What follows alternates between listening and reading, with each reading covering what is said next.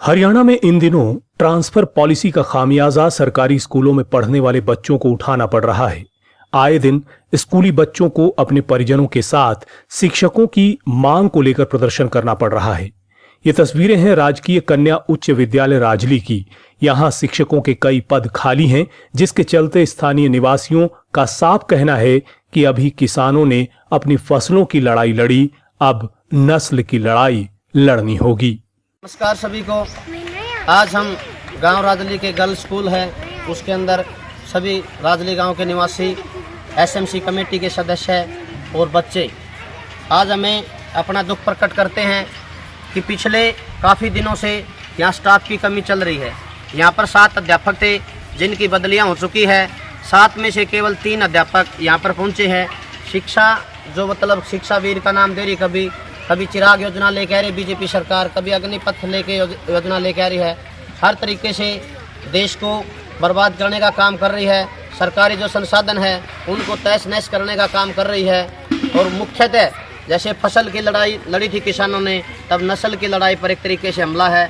राजकीय कन्या उच्च विद्यालय में मुख्य अध्यापक की पोस्ट के साथ विज्ञान, सामाजिक, हिंदी और संस्कृत के अध्यापक की पोस्ट खाली है। ऐसे में गांव के बच्चों का भविष्य अधर में लटकता हुआ नजर आ रहा है। मुखिया का पोस्ट यहाँ पर खाली है। साइंस जो महत्वपूर्ण सब्जेक्ट होता है, साइंस की पोस्ट खाली है।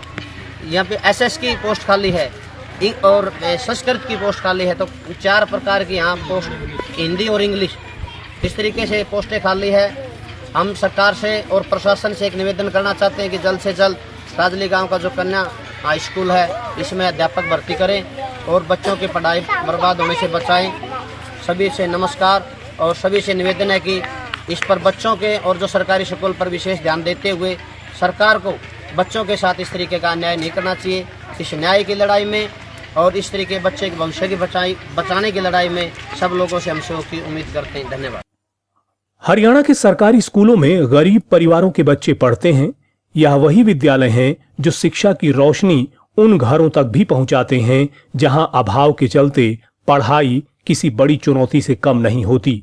लेकिन यदि यहां भी बच्चों को शिक्षकों के अभाव का सामना करना पड़ेगा तो गरीब परिवारों के बच्चों का पढ़कर कुछ बनने का सपना धरा का धरा रह जाएगा। आखिर सरकारी स्कूलों के प्रति सरकार की इस प्रकार की बेरुखी क्यों नजर आती है? निजी स्कूलों की भारी भरकम फीस सभी वहन नहीं कर सकते। ऐसे में जाहिर तौर पर शिक्षा की पहुंच उन बच्चों तक ही सीमित रह जाएगी जो इस खर्च को उठाने में सक्षम होंगे। क्या देश में अनपढ़ मजदूरों की फौज तैयार करने की योजना बनाई जा रही है? इस खबर पर आपकी क्या राय है? अपनी प्रतिक्रिया कमेंट बॉक्स में जरूर दीजिएगा। डीएनआई पर सबसे पहले खबरों की अपडेट के लिए सब्सक्राइब करें और बेल आइकन को दबाना ना भूलें।